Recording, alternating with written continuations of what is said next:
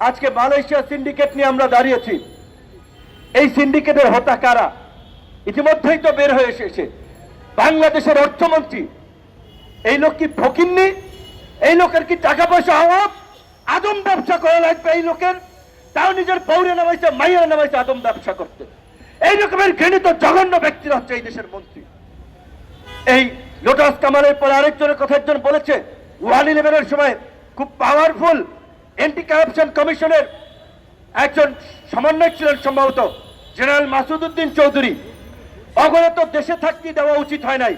111-এর এই কুলাঙ্গারদেরকে দেশ থেকে পিটিয়ে সীমান্ত দিয়ে ভারত ওদেরকে পার করে দেওয়া দরকার ছিল।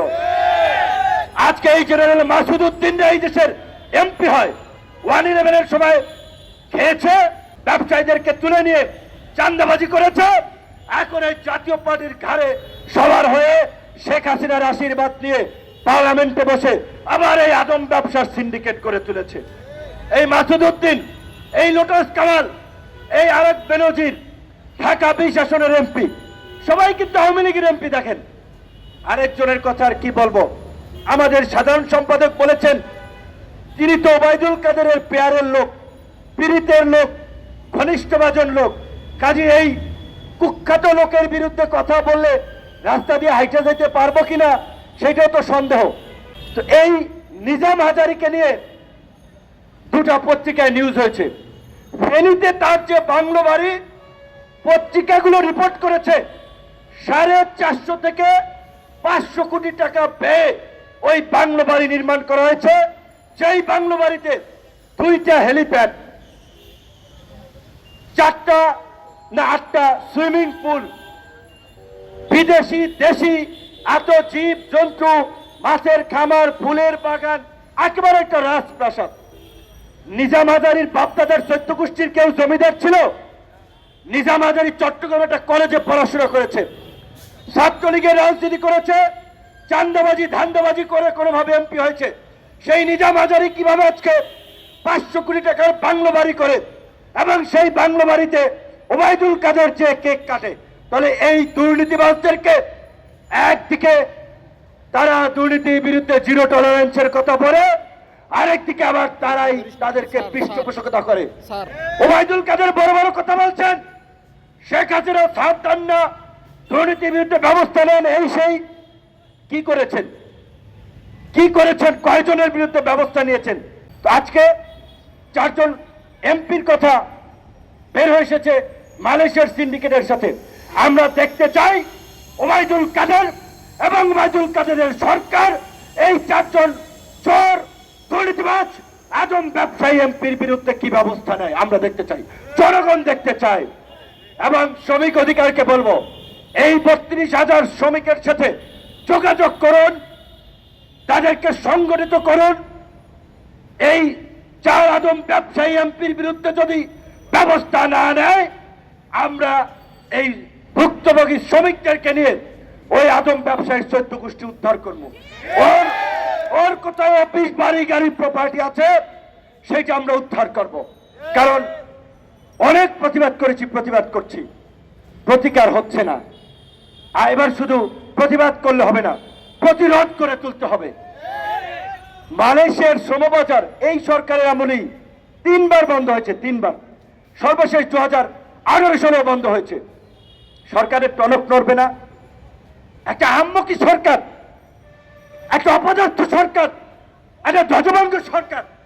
এই জন্য বলছি যে দেখেন, মালয়েশিয়ার মতো বড় একটা শ্রমবাজার আজকে জাতিসংঘ যখন মালয়েশিয়াকে বলছে, বাংলাদেশকে বলছে, আইএলও বলছে যে এখানে শ্রমিকদের সাথে প্রতারণা করা হচ্ছে, তাদের সাথে অন্যায় অবিচার করা হচ্ছে, তারপরেও তারা এগুলো সমাধানে কোনো আগ্রহ দেখেনি এই পর্যন্ত।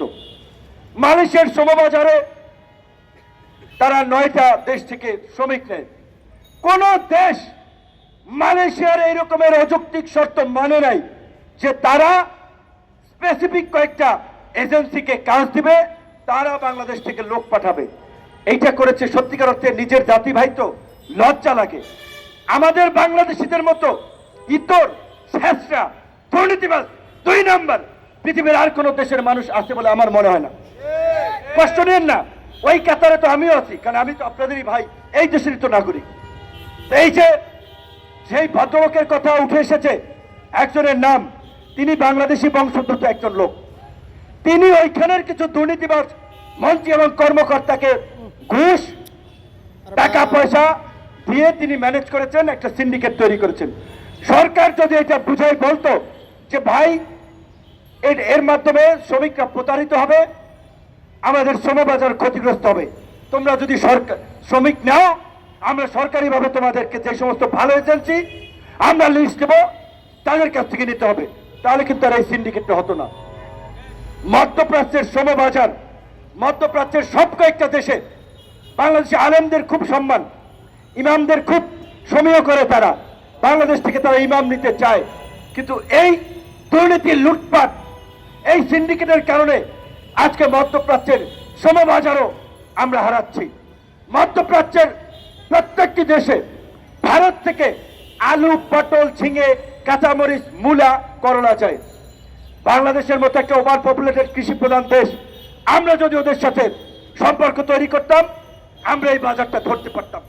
কিন্তু যারা ক্ষমতায় আছে তাদের কি জনগণ, রাষ্ট্র, দেশ এগুলো নিয়ে কোনো ভাবনা আছে? ভাবনা থাকলে তো আজকে দেশের এই পরিস্থিতি হতো না। শ্রমিক অধিকার পরিষদের ভাইরা একেবারেই সরকারের উপকার করার জন্য রাস্তায় নামছে, আমি যদি মনে করি।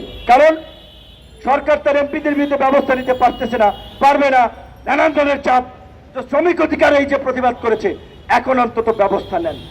আর যদি ব্যবস্থা না নেন, আমরাও দেখে ছাড়বো এই দুর্নীতিবাজদের আশ্রয় দৌরত্ব কতদূর পর্যন্ত। আমি শ্রমিক অধিকার পরিষদ এবং আমাদের অন্যান্য অধিকার পরিষদের ভাই বন্ধুদেরকে অনুরোধ করব, যেভাবে দুর্নীতির ভয়াবহতা বেরিয়ে আসছে, দুর্নীতির বিরুদ্ধে আপনারা সরব হন। প্রত্যেকটি জেলা উপজেলায় এই দুর্নীতি নিয়ে প্রতিবাদ করুন, মানুষের সামনে তুলে ধরুন, এই লুটেরাদের চেহারা উন্মোচন করুন। এই দুর্নীতির আন্দোলন থেকেই ফাঁসিবাদ পতনের আন্দোলন হবে। শুধুমাত্র 3 তারিখ দিয়ে সরকার পতন আন্দোলন হয় না, ফ্যাসিস্ট শাসনের অবসান ঘটানো যায় না।